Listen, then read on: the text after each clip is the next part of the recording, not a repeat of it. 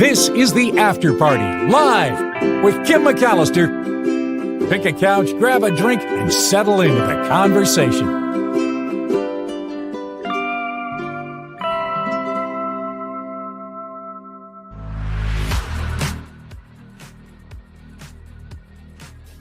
I got it all situated over here. Hi, everybody. It is the After Party Live. It is a Travel Tuesday. It is also the last day of voting for this Audiocaster Award. And I see in the chat, Teacher Lori trying to rally the troops. Here she is. Kim is still NBR 1? Oh, number one, almost 45,000 votes, but the river is rising, almost 42.7 thousand. Keep voting for Kim on this last day of voting for the Bay Area Radio Museum Hall of Fame Audiocaster of the Year. Thank you, Teacher Lori. Yeah, it is the last day. Glenn saying, we're just about 2,000 votes in front. Let's vote like crazy today and make sure we stay there.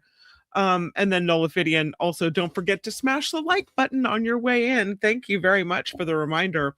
Appreciate that. I do it not quite enough. So really nice that you did. Here's the results as they stand. I'm still flabbergasted by our success and how we've all rallied together, worked together to make this happen. Here it is.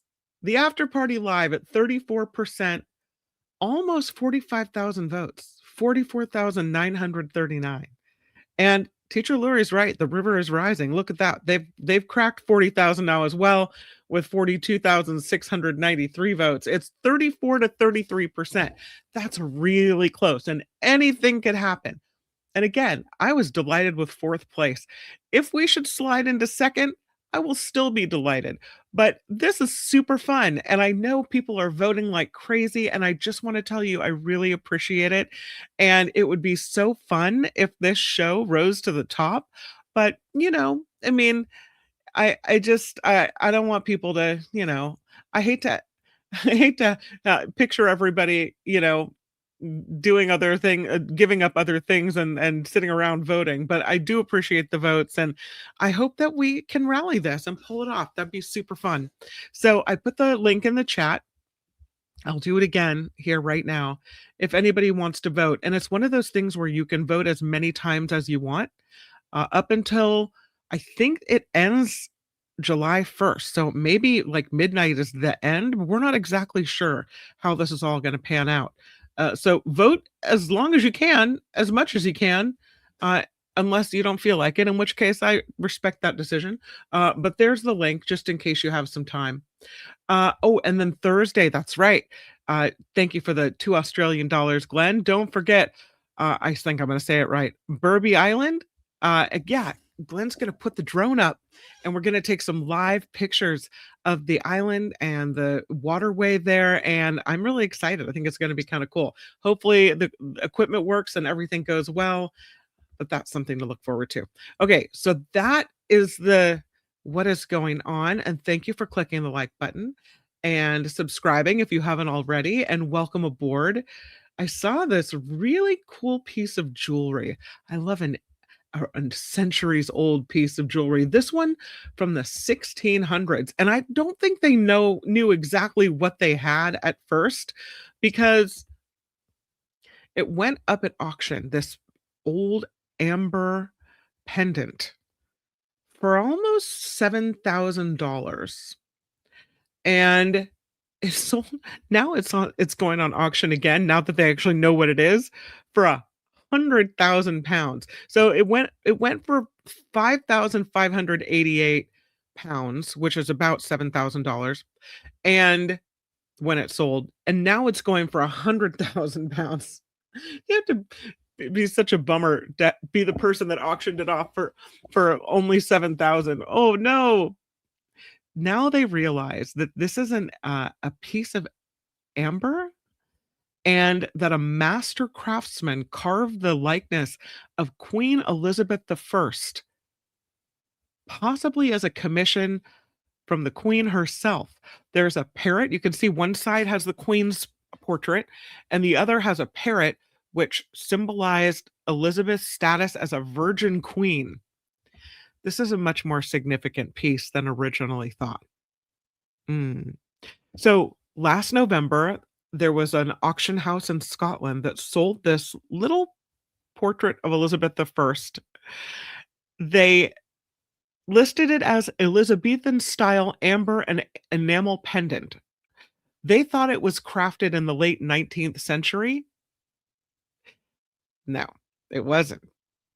Now, July 1st, whoever bought it is putting it up for auction again. And this time, it's more than 27 times the sale price that it went for last year. Oopsies.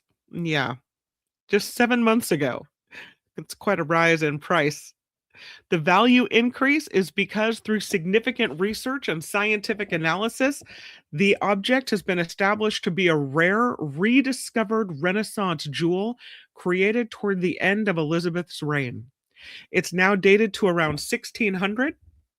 Got a cameo portrait of the Queen carved into the amber. They think it's white amber, which is commonly called Baltic gold. I didn't know that. And it was prized by European royals for its transparent appearance. It's a heart-shaped piece, and it was expertly cut to magnify Elizabeth's likeness. And then you've got the parrot on the reverse side. The jewelry specialist, his name is Jeffrey Munn, telling the Smithsonian, the gold-mounted amber pendant is an extraordinarily rare emblem of Queen Elizabeth's sovereignty. It's likely a gift from her own hand. Its heart-shaped profile echoes her insistence that she was married only to the Kingdom of England. I don't know. It's they think the cameo portrait is based on a famous print by Crispin de Passé the Elder, which is also styled after a painted miniature of the Queen by Isaac Oliver. And based on comparison with similar surviving objects, they think this pendant was carved by Hans Klingenberg or George Schreiber. They were the renowned craftsmen of the Prussian court. I'm glad somebody knows these things. There is an extraordinary level of detail, a crispness of the carved surface, and delicacy of its framing border, which they call a virtuoso technique. Now, they can't say exactly who carved the pendant. The Queen herself, they say, is one possibility. No. This object ended up in the possession of John Malcolm, who was a 19th century collector specializing in old master drawings. He loaned it in 1879 to the Burlington Fine Arts Club. They had it on display in London. Then it was passed down to Malcolm's descendants before landing on the auction block last November. The auction house that sold the artifact did not have the 1879 exhibition history and simply identified the item as part of the former contents of Malcolm's historic home in Scotland. Oops, that's such a bummer. Nope. And so now it goes on auction for $100,000. They think that's what it will bring in, maybe more. Thought it was kind of cool looking.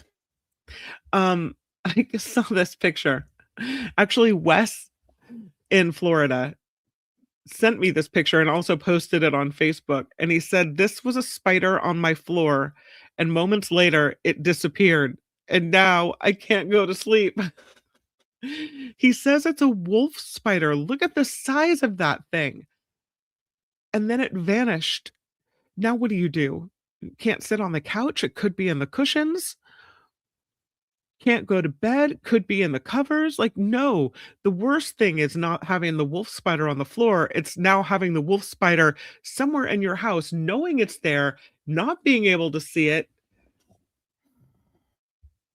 No. No. I think Wes is all right. But that leads me to this story. Look at all the creepy crawlers in the world. There's a lot more than we thought. There's a new estimate. For the last 40 years, we thought Earth was home to about 6 million insect species. Nope.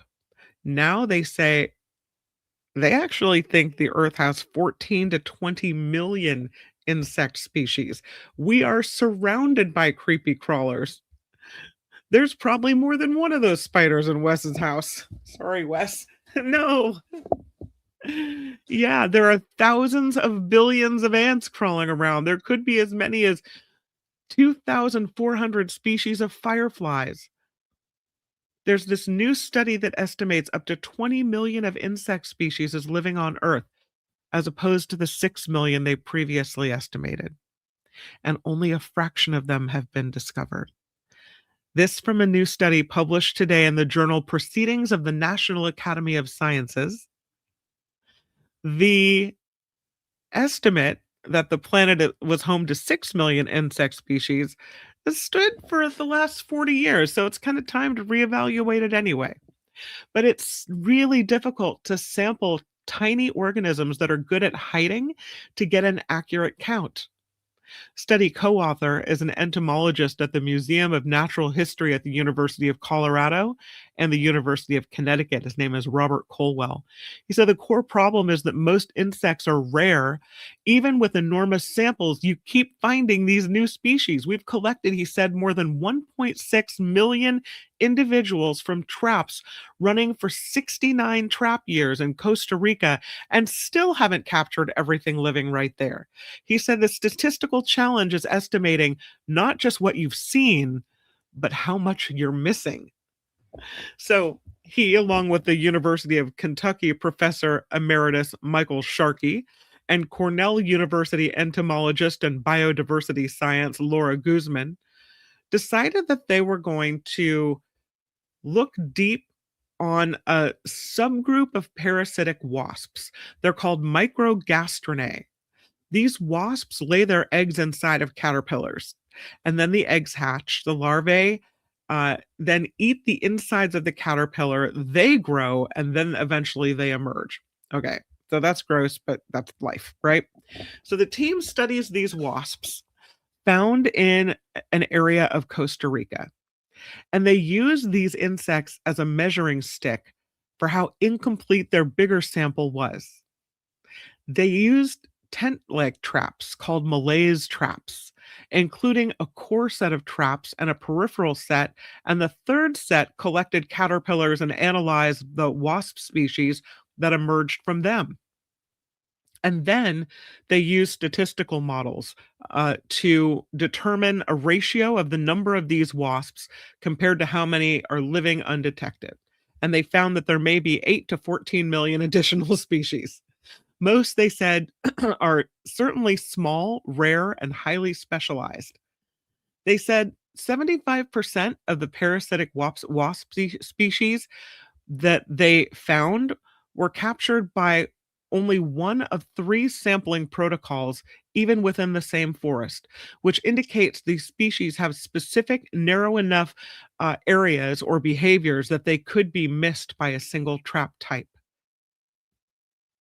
So they had to double or triple the estimated insect species. They said we can't protect the species if we don't know they exist. And so to be able to understand the biodiversity on our planet, it's important to know how many there are. Can you imagine how many bugs we're living amongst? 14 to 20 million insect species estimated living on Earth.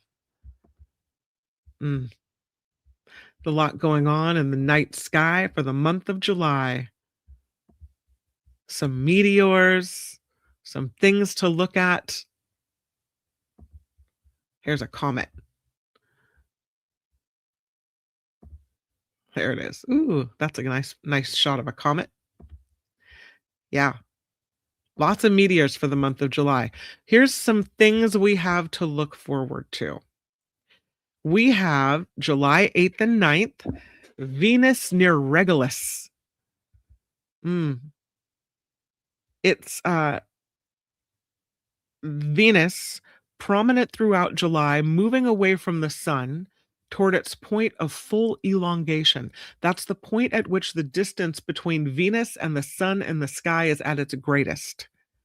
Supposed to reach full elongation in August. And that makes Venus easy to see through this month. The nights of July 8th and 9th are really good days to look, and that's when Venus will be right beside Regulus, which is the brightest star in the constellation Leo. You can look to the western sky just after sunset to enjoy that show. The Pegasus meteor shower, July 10th, supposed to be the peak, the July Pegasus. Supposed to be a good time of year to see it, when the moon will be a mere sliver in the sky and the shower reaches its peak. It's in the constellation Pegasus. July 11th, the Lahaina noon begins. So if you're in Hawaii, which I will be right in Maui, right at that time, we get the second of 2026's Lahaina noons.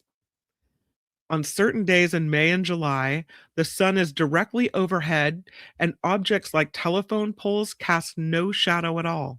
The exact time and date the sun passes overhead will depend on your location, and they've got a handy chart at the Bishop Museum for various parts of Hawaii, so I'll have to check that out. July 27th, Pluto at opposition. There are supposedly very few good opportunities to look at Pluto, this tiny, distant little, is it a planet? We don't know. This month, the Kuiper Belt's most famous resident will be in full opposition. This from Popular Science. So it'll be directly between the Earth and the Sun. So from our point of view, Pluto will be as brightly lit as it ever gets. This is the time to catch a glimpse, July 27th. They say you're probably not going to see it with the naked eye, so you will need a decent telescope. July 28th, the Gamma Draconids predicted peak. The Pegasids coincide with a crescent moon. Second meteor shower of July, the Gamma Draconids will collide with an almost full moon, so it'll make seeing them challenging, which they say is a shame because 10 years ago, the Gamma Draconids produced an unexpected outburst of up to 40 meteors an hour, which was a huge increase. There's still a chance they'll produce another outburst, but we might not be able to see it as well. July 29th, the full buck moon, which is exciting. Takes its name from the antlers of male deer bucks being in full growth mode at this time. The buck moon reaches peak illumination July 29th. July 30th, the Delta Aquarids predicted peak, more meteor showers. The Delta Aquarids will be seen. The moon will make it challenging but not impossible to see these with the naked eye in the southern sky.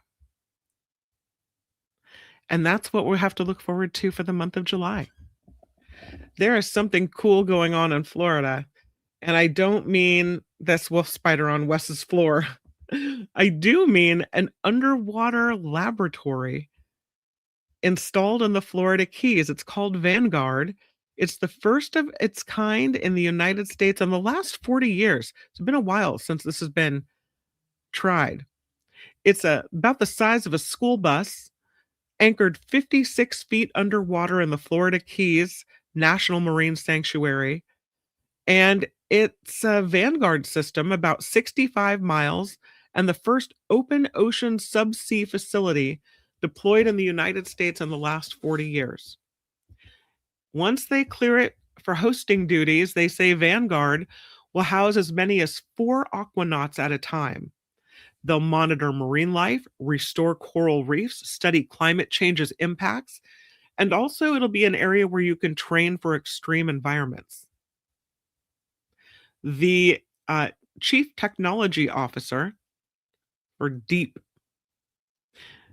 which is running this, says successful deployment gets us closer to enabling a continuous human presence in the ocean, and it's a major step forward in the mission to make humans aquatic.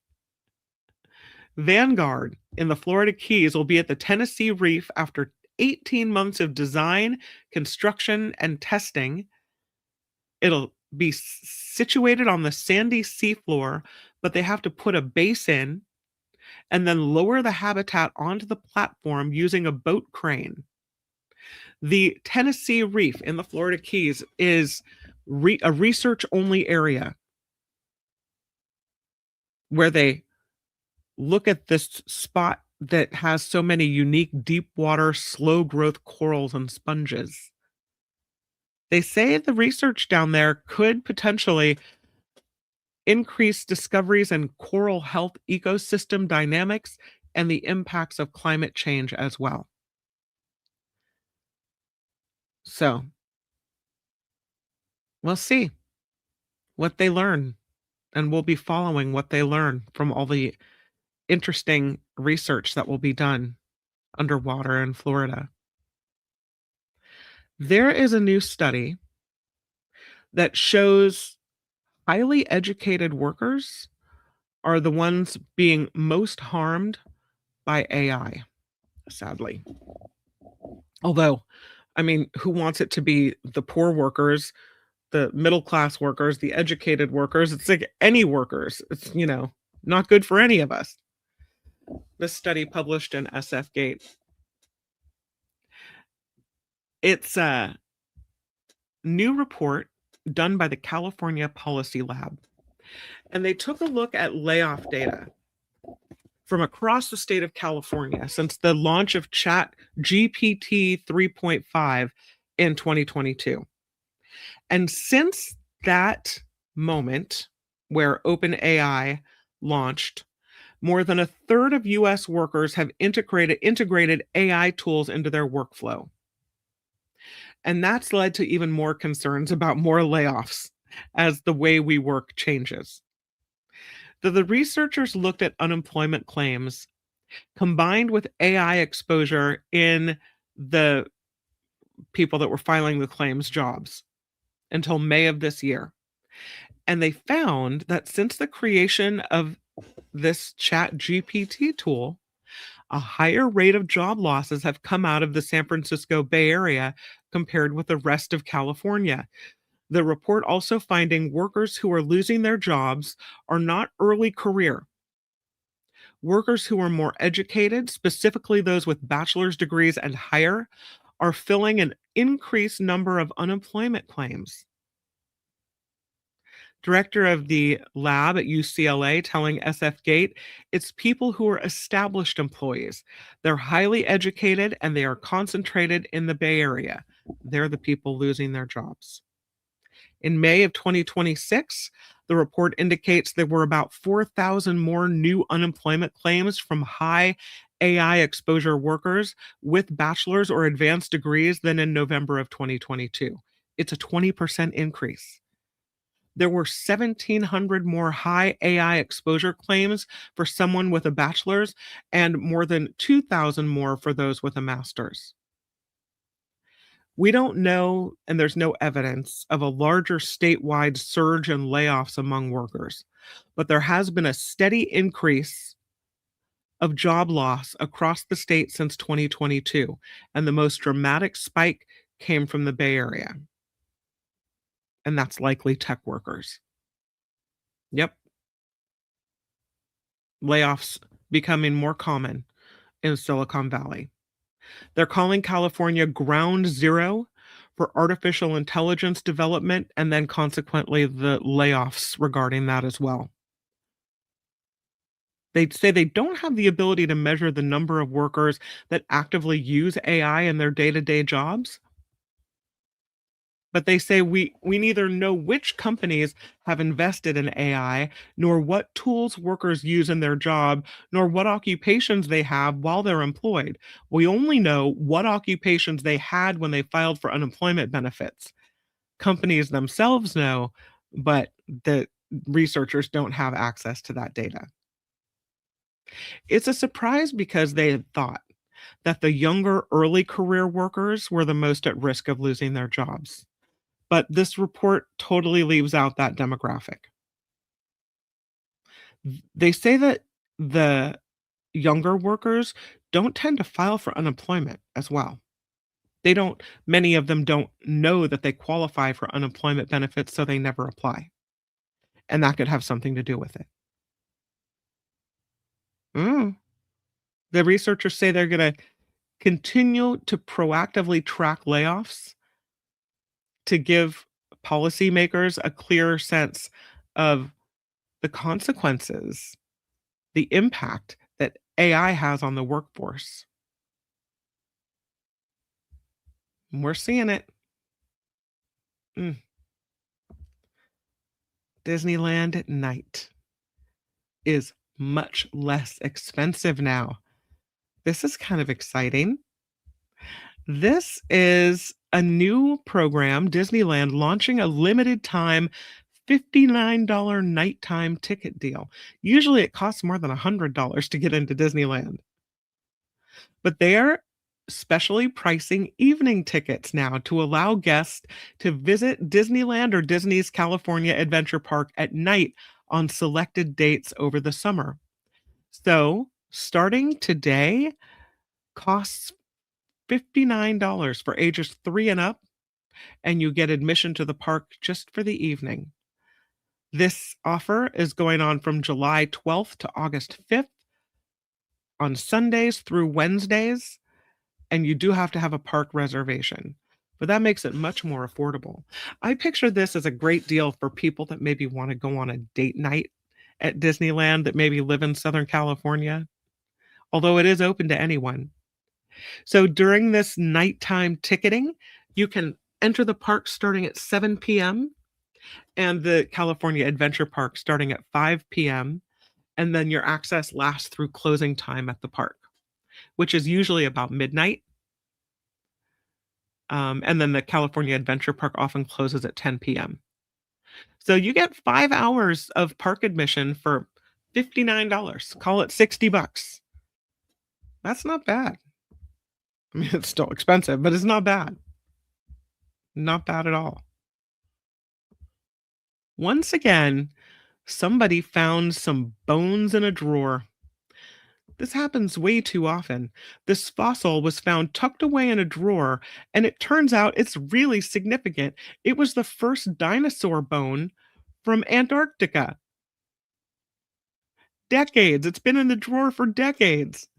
The bone comes from the tail of a long necked plant eating dinosaur called a titanosaur. They don't know what species it belongs to yet, but they do know it was discovered in 1985 during an expedition to Antarctica's James Ross Island.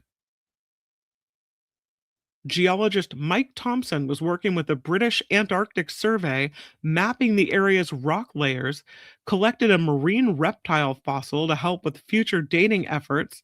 He recorded the find as simply large reptile. Then, decades later, a paleontologist spotted the bone in the British Antarctic Survey collections and wonder if that's a dinosaur. He said it's only when you start thinking what's in the drawer that sometimes you come across something and you think, oh, this looks interesting.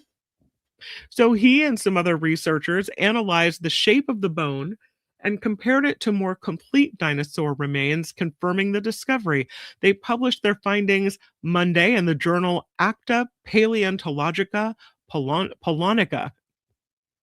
They said that dinosaur fossils are rare to find in Antarctica because of the ice caps. But millions of years ago, when this dinosaur lived, this region was populated by lush forests. It was a much more hospitable place than it is today. The discovery represents only the second sauropod body fossil known from Antarctica, and it was the first dinosaur bone to be collected from that continent. And there it was, sitting in a drawer the whole time. This titanosaur was about 23 feet long, so small for its group, and it might have been young when it died. They don't know how the creature met its end. They think its body floated away from the coast and sank to the sea floor, becoming fossilized in marine rock. So far, more than 100 species of titanosaur have been identified around the world. All of them are four-legged plant eaters with very long necks that help them reach up into the trees. The biggest titanosaurs were more than 115 feet long and weighed 60 tons. Really cool. Mr. Thompson, who found the fossil, died in 2020 before it was identified as belonging to a dinosaur. But they said in the study, if he were still with us, he would be delighted to know what this was. You guys ready to travel? I put up a little survey because I had a couple choices of where we could go. And I wanted to know, and I accidentally put up the yes or no as well. 13% yes, 13% no. I thought, no, you don't want to travel? The options were, should we go to Denver or should we go to Kyoto? I picked Kyoto because that's where my daughter is right now. Uh, she's there with my cousin who took her as their nanny for their 2-year-old. So she's having a great time watching a 2-year-old, but going to see all the sights in Kyoto, Japan. I swear, this kid goes so many places. 45% said, let's go to Kyoto. 29% said Denver. So, according to the After Party Live poll, Kyoto is a winner.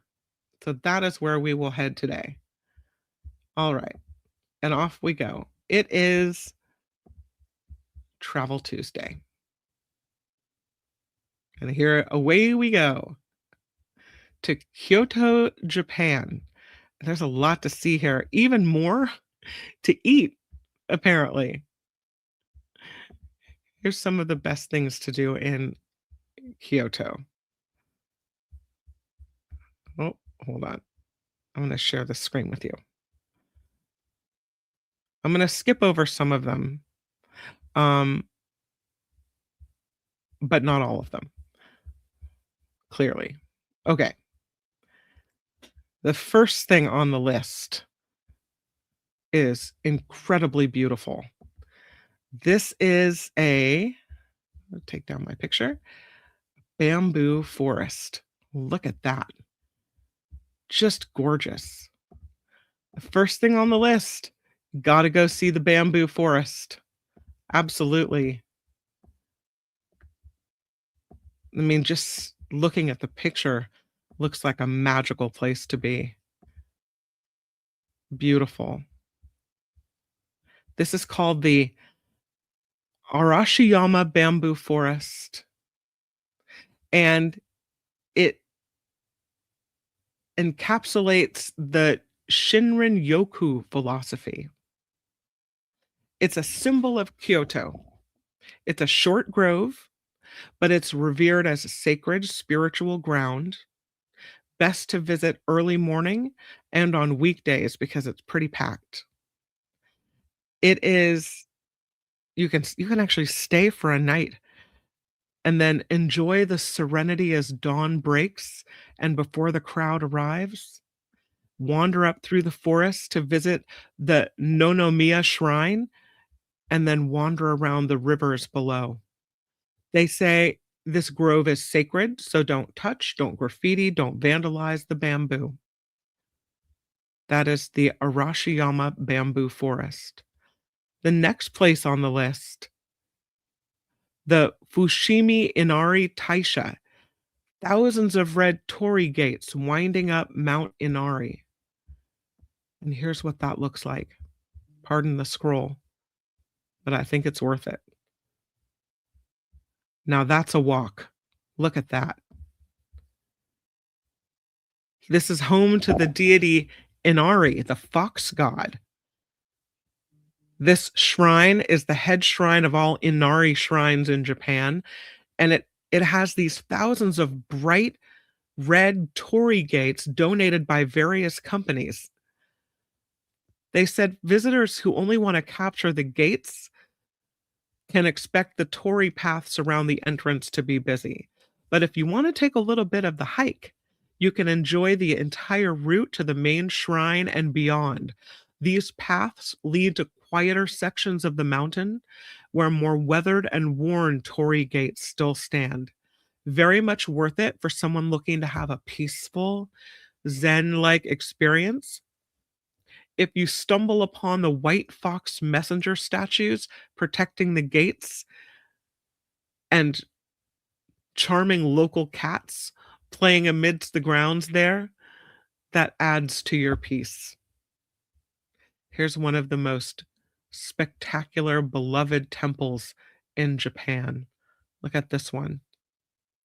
Pardon the scroll. Worth it to get to that picture, though. This is called Kinkakuji. It's also known as the Golden Pavilion. It's a three-story temple, and it's also a famous landmark in Kyoto. It's worth visiting if you're interested in Japan's architecture and cultural history. There's a moment on a clear day when it's sunny and the sunlight hits the walls of the temple covered in real gold that the sight, they say, is breathtaking. Even more so when the temple is reflected back from the mirror-like pond in front. This is a UNESCO World Heritage Site. It's a Zen Buddhist temple, and it is still a place of faith, so they ask people to remain respectful. There's a white snake pagoda on the grounds as well, and a glittering phoenix statue atop this temple. The next one is the Kiyomizu Dera, an ancient temple where there's a beautiful view. Although that's a pretty nice view as well. Here's this one. Look at that. It's gorgeous. It's in the foothills of Mount Ottawa, Kyoto's most renowned site. It's steeped in mystery and legend. There are national treasures housed here, valued cultural properties. It is also a UNESCO World Heritage Site. And not a single nail was used to construct this temple. In autumn, the leaves turn bright red. It's a beautiful sight. It's a steep walk, but the pathway is lined with cute little cafes and shops and souvenir places. Supposed to be a really fun place to visit. The next one is the Ninenzaka and Senenzaka. These are historic stone-paved slope streets that lead up to the Kiyomizu Dera. Here's what you're looking at as you head this way. Again, pardon the scroll, but look at that. A place like that really kind of gives you the feel for the place. That's what they say when they say this the walk up is lined with cafes and tourist shops. These are pedestrian-only sloping streets lined with local little boutiques and cafes and artisan crafts, all in these traditional wooden buildings. Locals and visitors, many of them are dressed in kimono, taking photos. This area is famous for its view of the Yasaka Pagoda, framed by the wooden townhouses. Very crowded area. So the best time to visit is early or at twilight. Definitely avoid weekends and public holidays.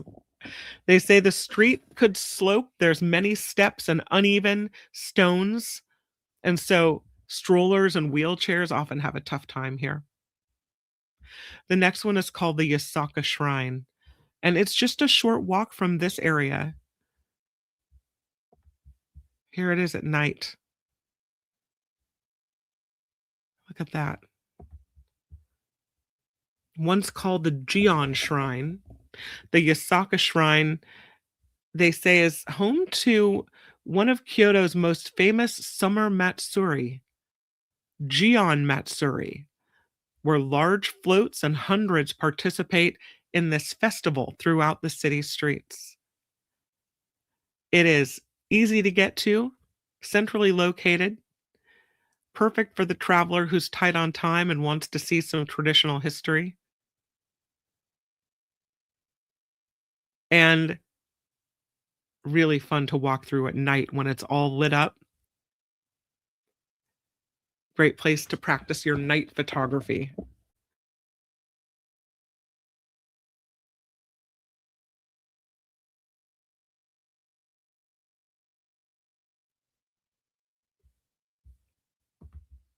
Beautiful place. Cross the Kamo River from the Kawaramachi area, you find yourself in one of the best entertainment districts in Kyoto. It's called Gion, where there are wooden tea houses and restaurants and local homes along the cobblestone paths. The most popular street is Hanami Koji, where you can dine and taste the seasonal delicacies of Kyoto's hot cuisine, kaiseki. Got to have a reservation there, though.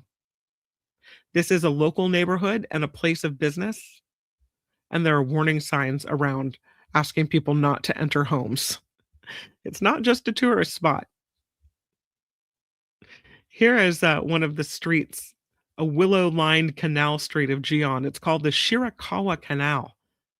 Look at those cherry blossoms. So pretty.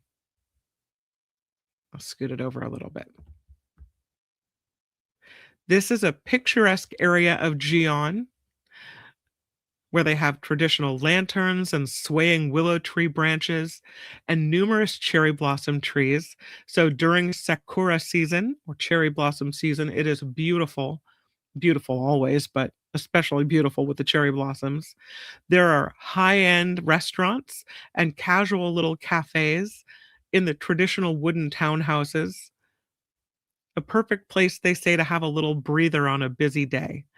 Often you'll see people taking wedding photos in this area. How about a little walk along the philosopher's path? Will we have some type of grand thought as we walk along this path? Perhaps. It's a peaceful small pathway between two temples. It is lined with cherry blossom trees, and it is said to be the place where philosophers Nishida Kitaro and Hajime Tanabe took their daily walks. The narrow pathway goes toward the flowing irrigation line of the Lake Biwa Canal system. Not a long walk, about half hour, although longer if you want to linger to appreciate the beauty of the area and stop in on the boutiques and the temples and the restaurants along the way. They say make sure to reserve a spot at Monk Pizza. Of all the places to eat in Japan, I wouldn't think a pizza place would be it. Beautiful. It's called the Philosopher's Path.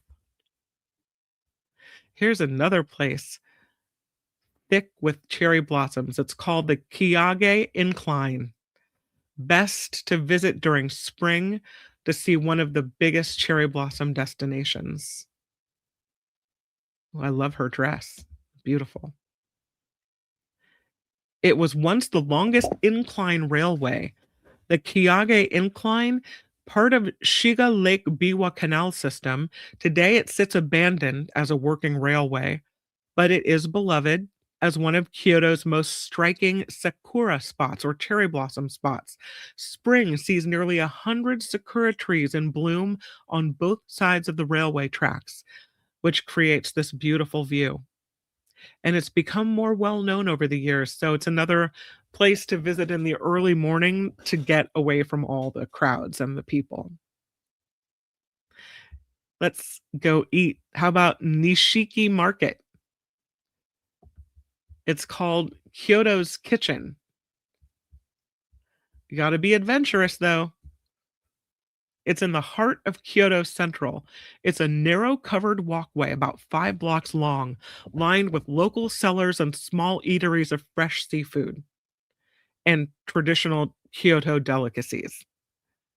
This area has increased in fame over the years, but it's still a favorite for people to come try many of the favorite flavors and tastes of Kyoto and pick up some souvenirs.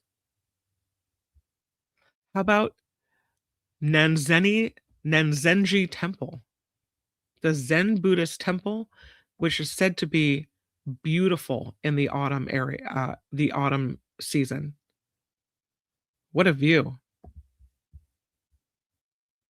Once the imperial villa of Emperor Kameyama, Nanzenji Temple is the head temple in Japan of the Rinzai sect.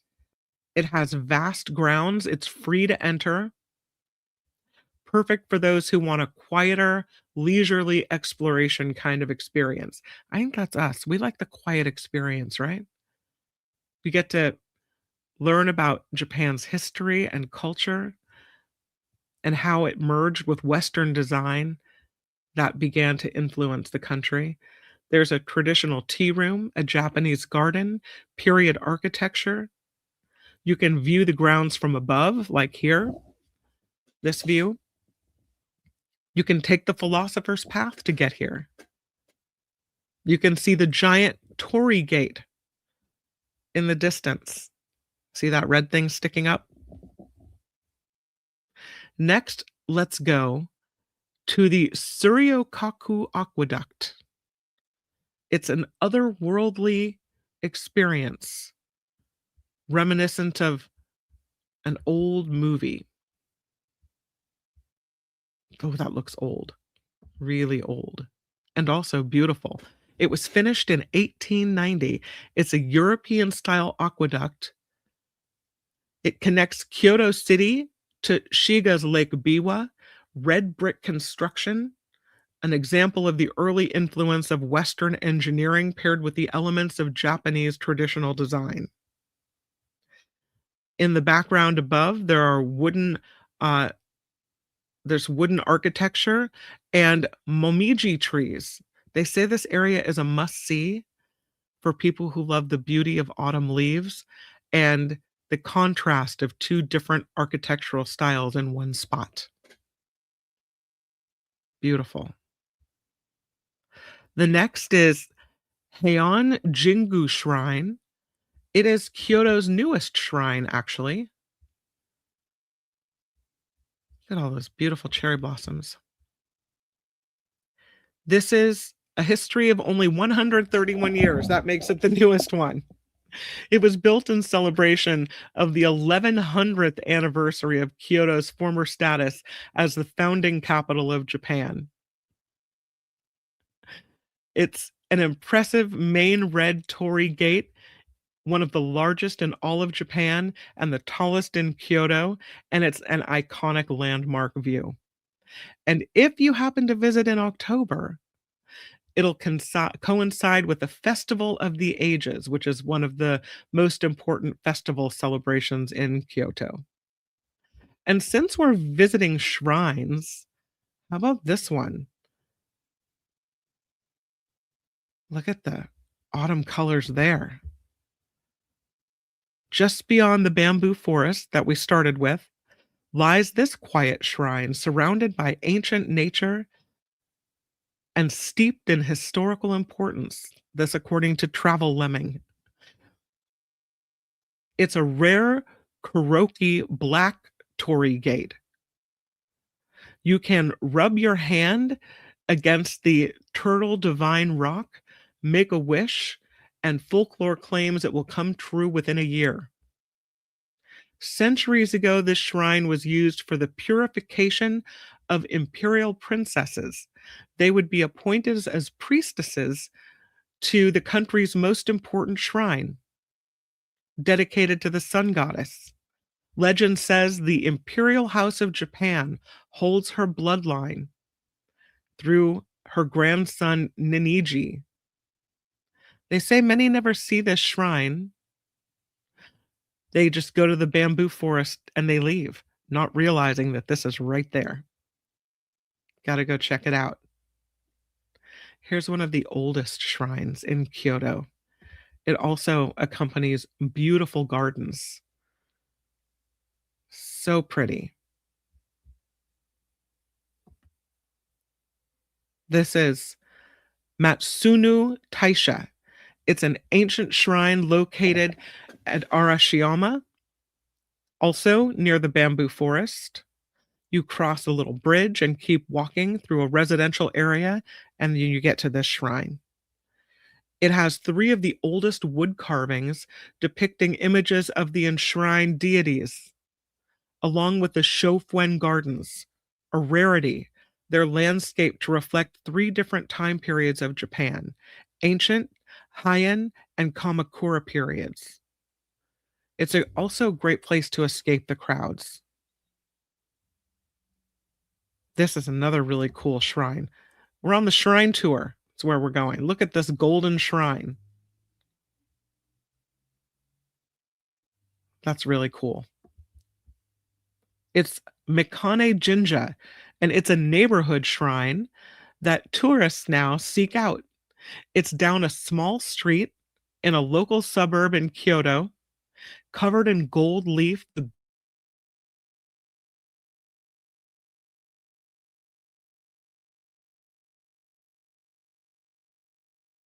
in their work. People come here to pray for success in the areas of finance, money, and wealth across all industries. Best time to visit is autumn, when the ginkgo trees that are 200 years old have their leaves turn a bright yellow. And that's supposed to be a symbol of prosperity, growth, and longevity. Here's another shrine. This one's very colorful. There it is. Look at that. It's the Yasaka Koshinido Temple. It's bursting with color, not a particularly historic temple, but because it has these carvings of the three wise monkeys and all of these hanging fabric talismans that visitors write wishes upon and hang, it's become a pretty popular spot. It's unusual in its wish granting. It follows ancient Japanese beliefs where, in order for a wish to be fulfilled, you must give one up. Essentially, the wish you write down will be given up in favor of another to be granted. So many people love to visit while wearing yukata or kimono throughout the year to capture colorful photos in this area. Here's a cool temple. It's filled with Daruma dolls. I had never heard of a Daruma doll before this. You probably had. That's a trivia question, right? This is a neighborhood Kyoto temple. It's in residential back streets, and there's about 8,000 Daruma dolls here donated by the temple's parishioners from all over Japan. The type of Daruma displayed here makes this spot different. There are modern styles, vintage dolls, tiny to life size, specific regional designs as well. And then there's a little Zen garden outside. So here's as we leave our temples, some other cool things to do. You can explore this pathway. This is the Kamo River. After a hectic day exploring, kind of relax by the river. There are cherry blossoms that bloom in season, and you can have a little picnic here. Here's another spot, the Toget Tsukyo Bridge. It's an impressive stone moon crossing bridge, which marks these two rivers. Look at the colors of the trees there. Several ancient legends surround the flowing rivers, known as the Hozugawa and the Katsuragawa. Beginning at the mountains of the Kameoka region, one river flows steadily down where it reaches the bridge. From the other side of the bridge, the river becomes more widely known as the Katsuragawa. There are rafting expeditions that take place here. You get to see the rich changing autumn leaves or the wild mountain cherry blossoms. There's also a Sagano romantic train that you can take to reach the rafting expedition's starting point. Can't go to Kyoto without seeing the Kyoto Gion National Garden. It's right near the Imperial Palace. It is 65-hectare garden surrounding the Imperial Palace. Great place to have a slow day, free admission. The admission to the palace is free as well. Thousands of different types of trees. Just a beautiful spot. Look at this tree. It's called Maruyama Park, and it is the heart of Kyoto's cherry blossom viewing. There it is. That looks so peaceful. It is the oldest park in all of Kyoto. It is renowned for its sakura or cherry blossom trees. It's has this iconic weeping cherry blossom tree that you can see there in the middle, and also a bottle-shaped pond and a Japanese garden. Very, very peaceful. And let's go shopping. Let's check out the weekend markets. So much to see and look at. There's an ever rotating, changing schedule of weekend markets near the shrines, the temples, and the parks that you can stumble upon. You'll find souvenirs like antiques, pottery. There's also a small craft boutique market where people sell things. And then we can't leave without checking out the Face House. Look at this thing.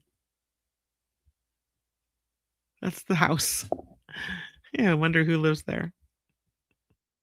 This is uh it's called the Face House. Um it's called Kao no Le in Japanese, built in 1974 with this playful design commissioned by the house's first owner who ran a graphic design studio out of it. Today it's a lifestyle shop where you can buy stationery, house items, and some kind of quirky type of stuff. But it's a fun place to go visit and take some pictures. Next thing to do is to ride in a rickshaw. It certainly is a pretty view. Uh, the sites in Kyoto said to be easily accessible by the city's public transport service, but alternatively, this is a walkable city. Bicycle rentals increasingly popular, but if you get tired of all the walking and you don't want to bike, great way to explore is via traditional rickshaw.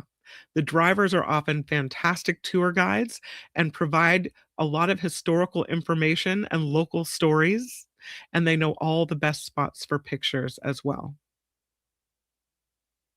And then we get to all the food. This is an area known for its fare, its food. This is a restaurant called Tosirao. They have specialty dishes, including tofu yuba, and it's a restaurant right by the river.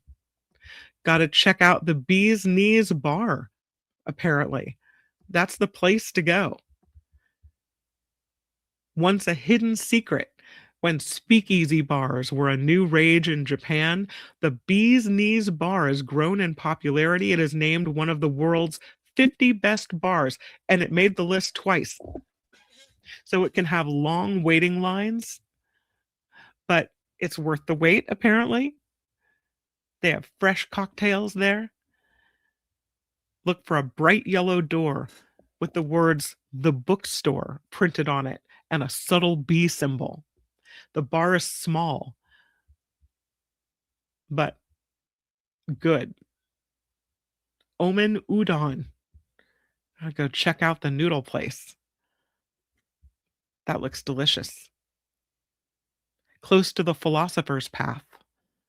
Renowned for their noodles' delicious texture and flavorful broth. Oh, is it time for lunch yet? The next one is the Monk Pizza place that's recommended.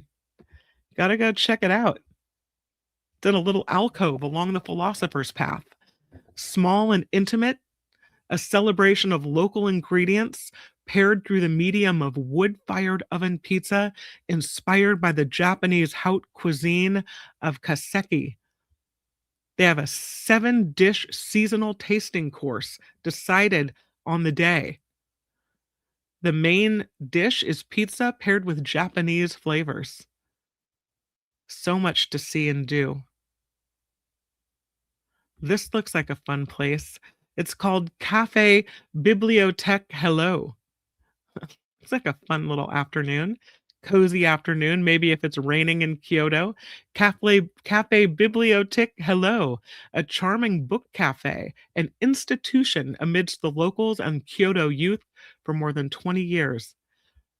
The cafe is housed within a renovated 130-year-old traditional machiya. The bookshelves line the walls and loft space with warm wooden furniture, vintage chairs, and cozy armchairs as well. Well, I think we had a good visit to Kyoto. Now I know what Julie is up to. I hope you had fun and maybe learned something. I learned about the dolls. I didn't know they had the Japanese dolls. That's Travel Tuesday. Thanks for traveling with me. Thank you again for voting. Thank you for the contributions as well. Look at Glenn throwing down $2. Really appreciate that.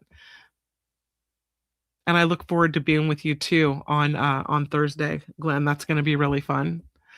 Thank you to those who set up a monthly PayPal contribution and contribute to the show that way. I just want you to know that it's really, really appreciated, and the show could not go on without that help. The most recent contributors to the show include Wes, who popped in today with a contribution. Thank you, Wes. Laura W., thank you for the recurring PayPal contribution. Joe F., thank you so much. Another one from Wes, Janet W. Really appreciate the contributions. You guys are amazing. And thank you for voting. Last day to get the votes in. And hopefully we rise to the top. It'll be exciting to see what happens with this. All right, everybody. Make it the very best rest of your Tuesday. I'll see you tomorrow on the Mark Thompson Show, where we will meet John Rothman. And also Jared Yates Sexton will be on the show. That's tomorrow around about 11:30 here on YouTube. Bye, everybody. The After Party Live would like to thank the following contributors and viewers like you.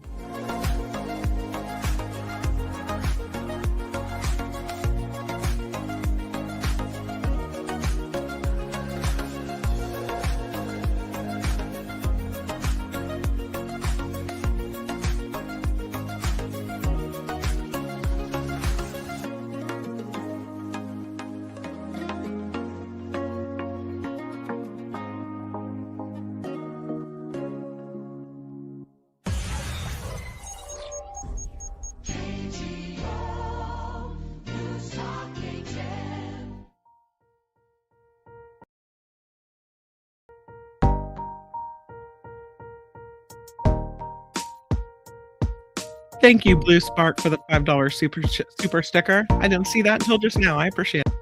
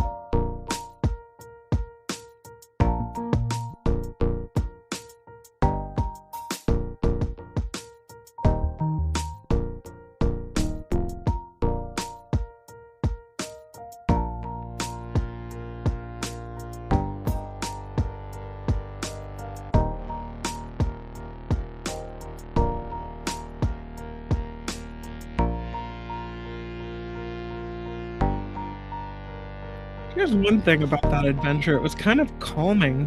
It almost felt like we were walking along all those garden paths.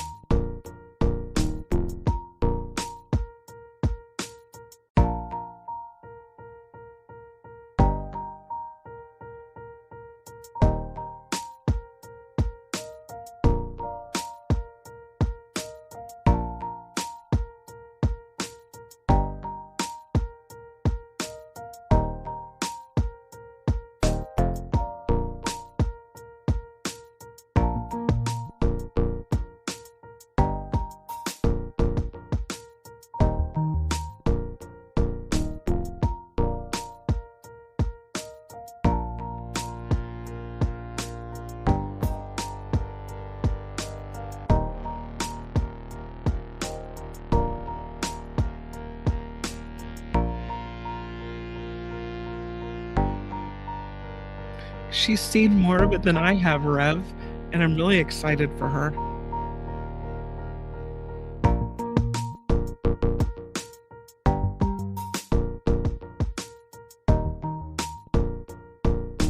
That's the thing, Zero Sum. It seems like such an amazing group effort.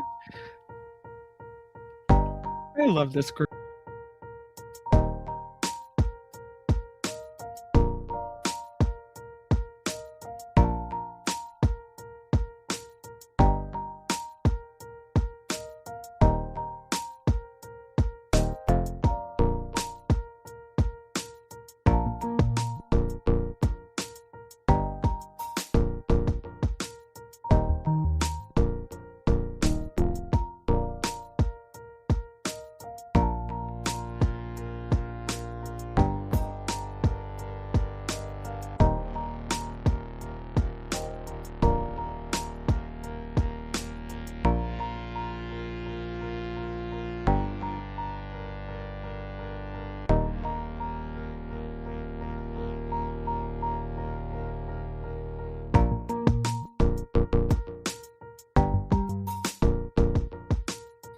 And on your way out, thanks, Nolan.